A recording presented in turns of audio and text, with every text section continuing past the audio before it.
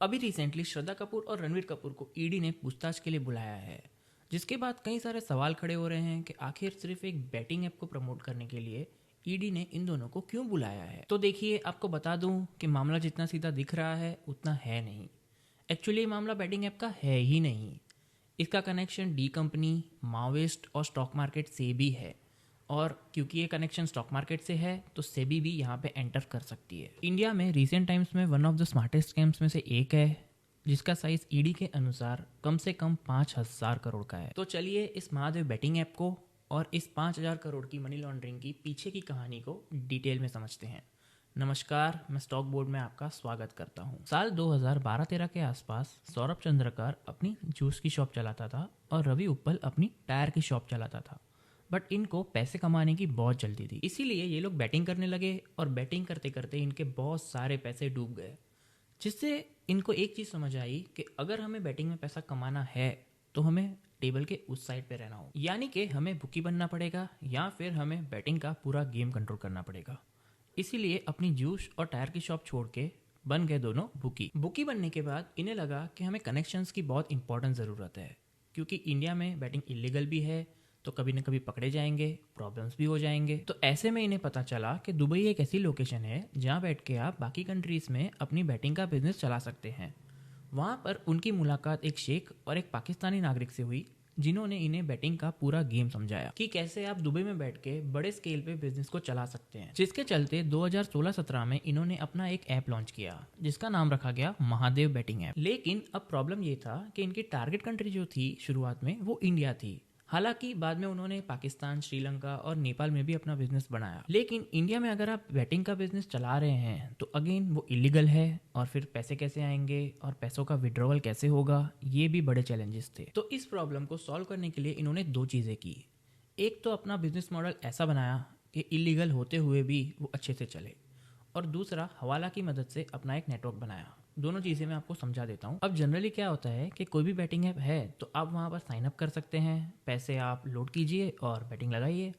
जो आप जीत गए तो पैसे विड्रॉ कीजिए। अब यहाँ पे क्या था कि इनको पता था कि कभी ना कभी प्रॉब्लम हो जाएगी और हम पकड़े जाएंगे। इसीलिए इन्होंने फ्रेंचाइज मॉडल पे बैटिंग ऐप शुरू किया, जहाँ पर जो भी पर्सन इसकी फ्रेंचाइज लेगा उसको अपनी एरिया में ये ऐप प्रमोट करना है।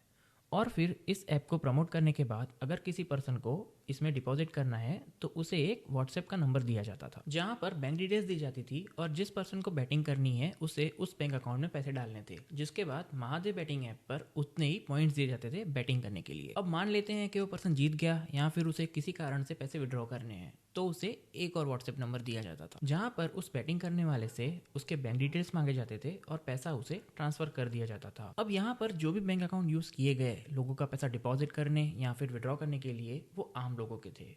आम लोगों को 2-4 हज़ार रुपए देकर उनसे अकाउंट खुलाए गए, और फिर उन्हें वन टाइम पेमेंट करके उनसे उनका एटीएम नंबर, पिन, पासबुक ये सब ले लिया गया कि अब बैंक अकाउंट हम संभालेंगे। तो ऐसे करके इन्होंने लगभग 300-400 अकाउंट खोल लिए, और फिर ये जो पूरा ट्रांजैक्शन है वो इस तरह से चलाने लगे। साथ ही उन्होंने उन कंपनीज को कांटेक्ट किया जो बंद पड़ गई थी, और फिर उन्हें पैसे देकर उनके करंट अकाउंट यूज करना शुरू किया। यानी शुरुआत से इनकी प्लानिंग थी कि कभी ना कभी हम पकड़े जाएंगे, लेकिन अगर हम इस तरीके से लेयर यूज करेंगे तो हमें पकड़ना बहुत ही मुश्किल हो जाएगा। और एक इंटरेस्टिंग चीज, हालांकि चंद्रकर और उप्पल दोनों ही पढ़े लिखे नहीं थे, लेकिन इन्होंने अपने ऐप का एल्गोरिदम कुछ इस तरह से सेट किया कि कोई भी कितनी भी बैटिंग करे, अगर प्रॉफिट होगा तो महादेव बैटिंग ऐप को ही होगा। तो ऐसे में आप सोच रहे होंगे कि इंडिया में जो बैटिंग चल रही है इनके ऐप पर, वो पैसा आखिर दुबई कैसे जाता है। ये लोग क्या करते थे, जिस अकाउंट में इन्होंने पैसे लिए डिपॉजिट सामने वाले का, उसको फिर दूसरे अकाउंट में ट्रांसफर करते थे, फिर तीसरे में, फिर इस तरह से हवाला नेटवर्क से वो दुबई में कैश के फॉर्म में पहुंचा देते थे। तो इस तरह से इन्होंने पैसे इकट्ठे किए। अब क्योंकि ये बिजनेस मॉडल फ्रेंचाइज बेसिस पे चल रहा था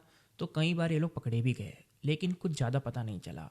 तो इससे चंद्रकार और उप्पल दोनों एक चीज़ बहुत अच्छे से समझ गए कि अगर हमें इस इलीगल बिजनेस को इंडिया में चलाना है तो हमें पॉलिटिशियंस को पैसे देने पड़ेंगे। तो पर्टिकुलर स्टेट्स को टारगेट करके वहाँ के जो छोटे छोटे पॉलिटिशियंस हैं उन्होंने उन लोगों को रिश्वत देना शुरू किया। छत्तीसगढ़ का ही मामला है, जहाँ पे एक पुलिस ऑफिसर को रिश्वत दी जाती थी और फिर उसे ही कहा जाता था कि अब ये जो पैसा है वो तुम पॉलिटिशियंस में बांट दो। तो इस तरीके से 6-7 साल इन्होंने अपना बिजनेस अच्छे तरीके से चलाया। देखिए, इलीगल बिजनेस चलाने के लिए दो चीज़ें लगती हैं, एक नेटवर्क और सेटिंग, जो दोनों ही इनकी अच्छी थी। तो इस तरह से इन्होंने हजारों करोड़ कमा लिए। लेकिन ये यहीं पर नहीं रुके, इनका गोल था कि इसे और बढ़ाना है। इसलिए इन्होंने हैदराबाद के रेड्डी अन्ना बैटिंग ऐप को एक्वायर किया। कितने में एक्वायर किया होगा? उस कंपनी को इन्होंने 1100 करोड़ रुपए देकर खरीदा है। सो इमेजिन कि इनका स्केल कितना बड़ा था।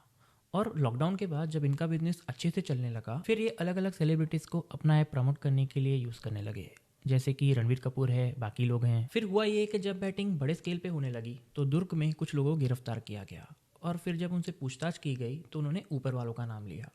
और फिर जब ऊपर वालों से इंक्वायरी की तो पता चला कि जो असली लोग हैं वो दुबई में बैठे हैं। लेकिन तब शायद पुलिस को पता नहीं था कि ये जो स्कैम है उसका स्केल कितना बड़ा है। फिर क्या होता है कि स्कैम करने वाला कभी ना कभी एक ऐसी गलती कर बैठता है जिसके बाद उसका जो स्कैम है वो सबके सामने आ जाता है। अब्दुल करीम तेलगी के केस में भी हमने देखा था कि जब तेलगी ने बार गर्ल पर 1 करोड़ रुपए उड़ा दिए, उसके बाद वो हाईलाइट हो गया कि उसके पास इतने पैसे आए कहाँ से। ऑलमोस्ट सेम चीज़ चंद्रकांत के साथ भी हुई। अब क्या हुआ, कैसे हुआ, और ये मामला हमारे स्टॉक मार्केट के साथ कैसे कनेक्ट हुआ, ये हम जानेंगे इसके पार्ट 2 में।